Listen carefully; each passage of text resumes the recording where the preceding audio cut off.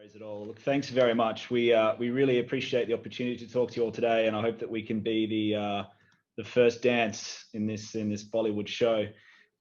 Just a quick check that you can see my screen currently, and it's coming up with the right slide. Yep, no problem. Okay, great. So just to quickly introduce ourselves, my name is Andy Welling, and I lead gaming for us here in APAC. And with me is... Hi, my name is Scott Matteries. I am a senior decisioning architect with Pegasystems here in Hong Kong, working across our customer engagement, business and practice. So really what we want to do today is really focus on the personalization aspects of marketing. So we're going to really keep it quite narrow and tight to that and specifically dive into various aspects. In a nutshell, what we're going to discuss today is the ability to digitally enable a personalized VIP experience to patrons within gaming, which can be delivered seamlessly in real time on a mass scale. The secret sauce behind this is really focusing on your mass market, right? And elevating them up to premium mass. It's the ability to give the same service which you're giving at premium mass on a larger scale, and using digital tools to make decisions. Currently, if you look at the way a lot of the properties are working, because of the nature of casino properties, right, you're really kind of a mix of different businesses. You know, you're a logistics company, you're a gaming company, you're an F&B company, you're a hotel and hospitality company, and all of those things have to fuse together, which is actually quite difficult to do. Now, when that comes out from terms of, with regards to offers, it often can seem a little bit disparate.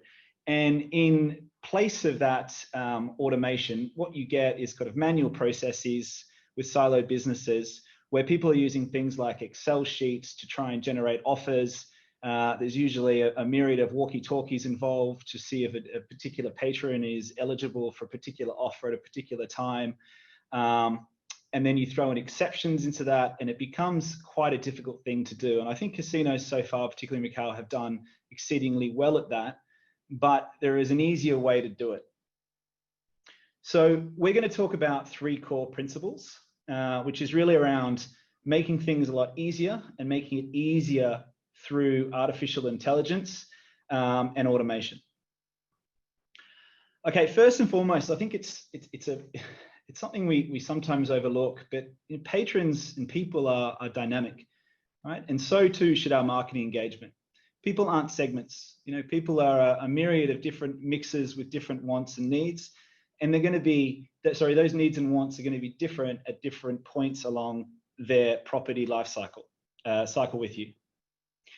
So we need to be able to predict those interests, right? We need to be able to understand what the propensity is for a particular patron to accept a particular offer or engage with us. We need to be able to personalize that offer based on context, and context is really, really, really important.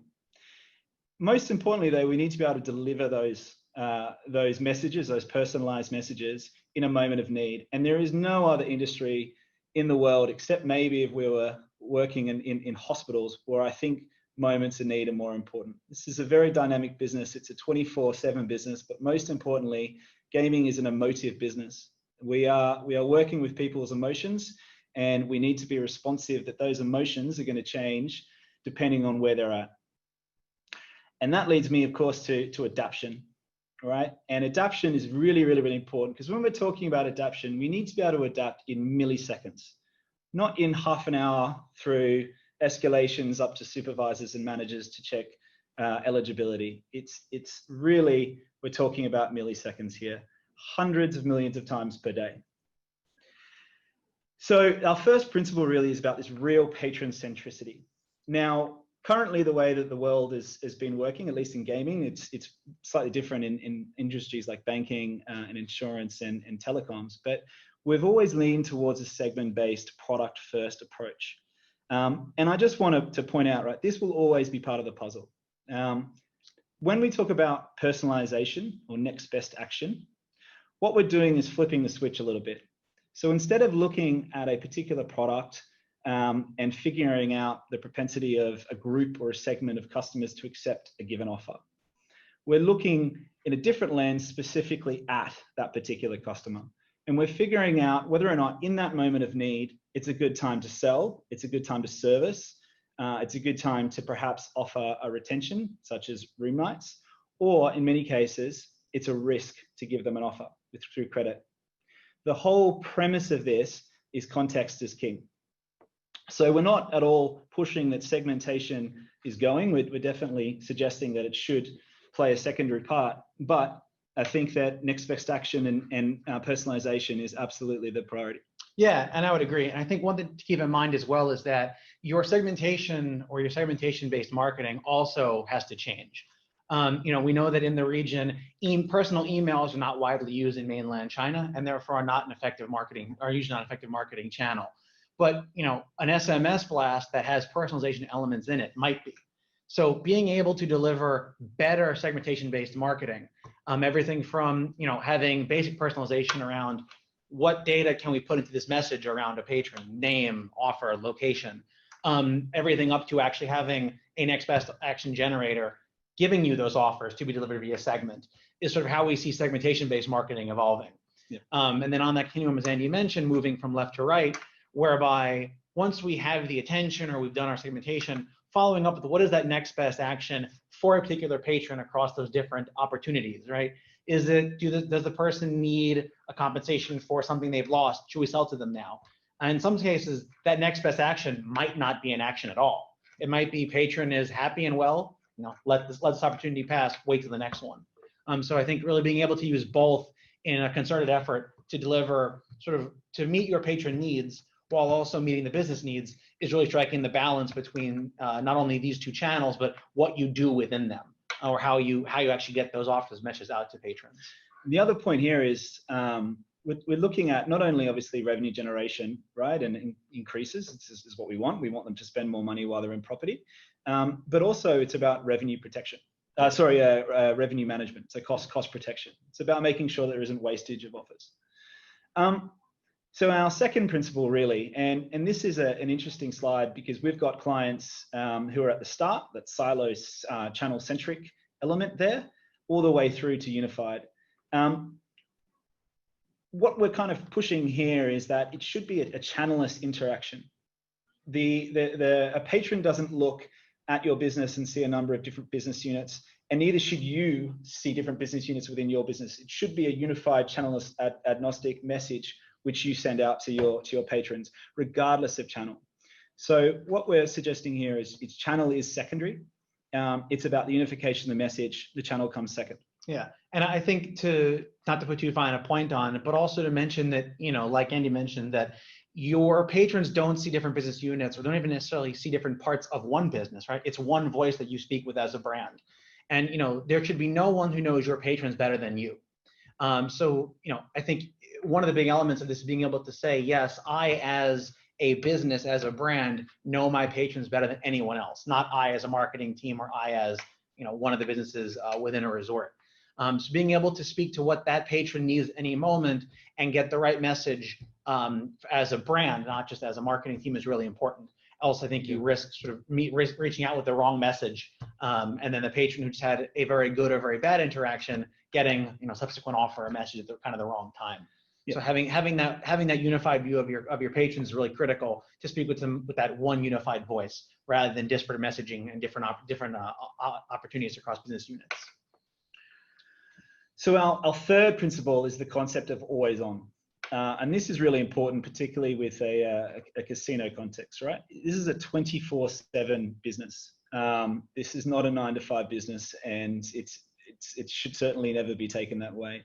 So this is about empowering the technology within the business to be able to do the hard work for you, right? Consistently understand context as to where patrons are in their property lifecycle experience, whether or not they're on or off property, whether or not they're playing, whether or not they're evaluating, considering they're in-house or out-of-house, etc.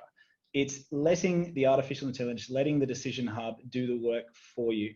But there's more to this. There's more 2 to 3 principles. And that's really, yes, you can empower the business with the technology, and the technology will do what it needs to do. But it's also around changing the philosophy of the business and having this as an ethos within your organization. So to give you a little bit of context as to what we're talking about when we're saying custom decision hub and how it looks and feels, we thought we might just give you a quick overview now, which gives the context of the brain. And we keep saying the brain, and we really do mean this. It's a centralized brain. And the importance of having one brain in the middle of your business is it orchestrates all of those key bits of information and data about your customer and then churns them into insights. Yeah, do you want to... So, and I think one thing that Andy mentioned, he maybe even subconsciously, but mentioned that it's sort of one brain, one source of information, right? So thinking about, if we think about what we know about our patron, right? How has she behaved? What's in her profile? What new data have we gotten in the last 5 minutes, 10 minutes, 3 hours about that patron? Being able to feed all of that into a decisioning hub, into this Pega brain that can process it and generate insights, right? So what do they need, right? What signals can we see from the data, from customer behavior saying what that patron wants? How likely is she to accept an offer or a given opportunity that we present?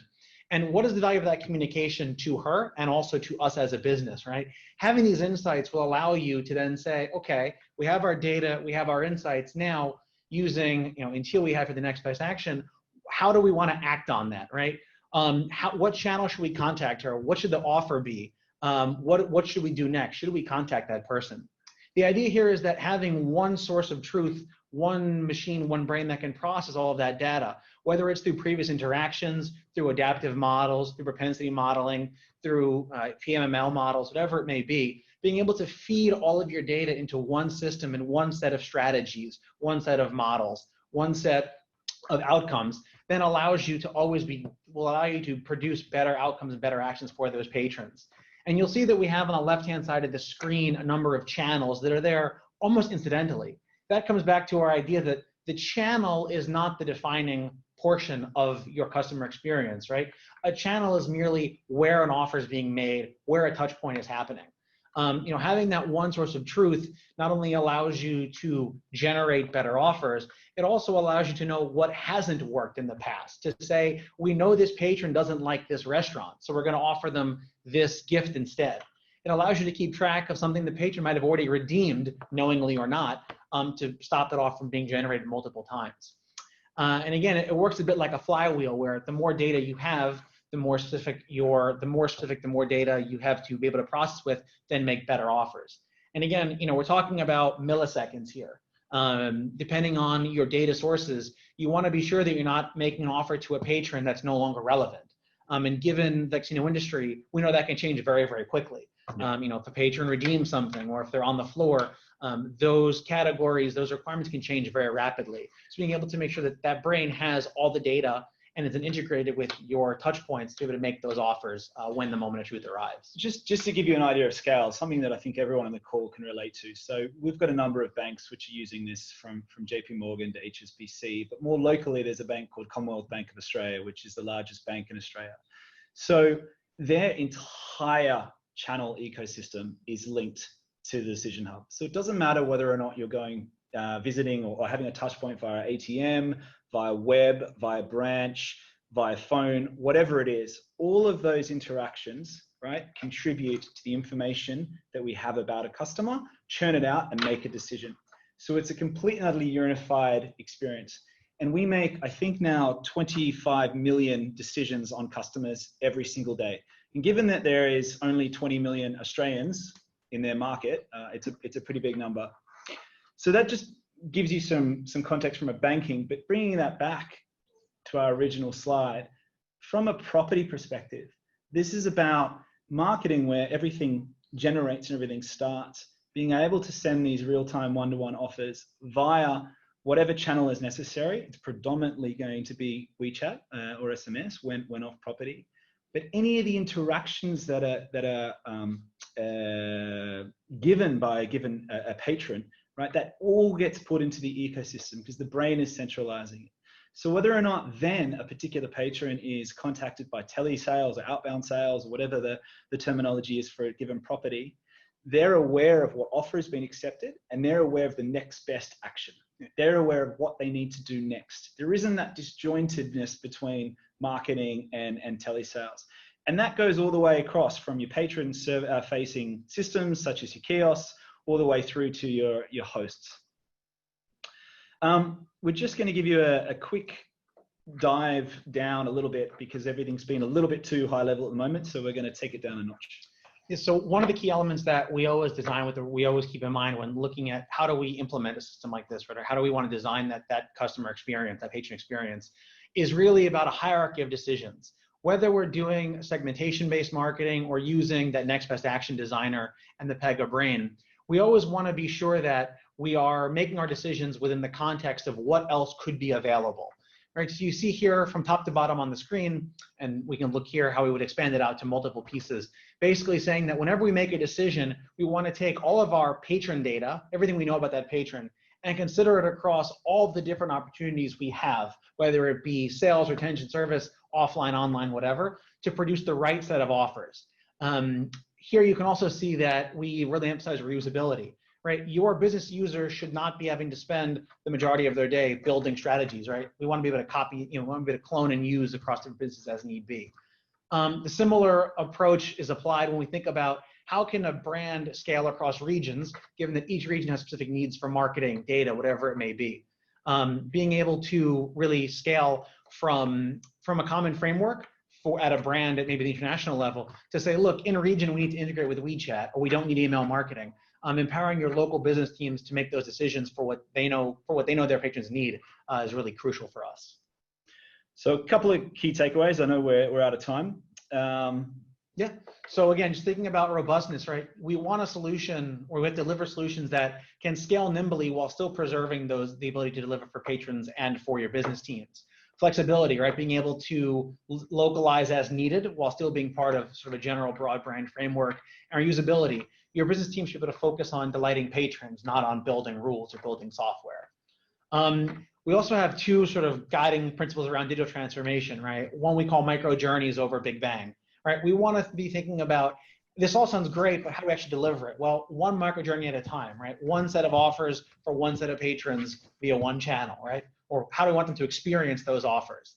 And finally, in Orange, you'll see that the software is great, and obviously will empower you to reach patrons and deliver great outcomes, but you'll also need to be thinking about how do we change as a business to make the best use of these tools to deliver the best possible experience for patrons. Yeah, look, and absolutely, like the last point there is absolutely the secret sauce. It's the organizational change, it's the willingness to go towards this. So with that, we might hand it back to Andrew. Thanks.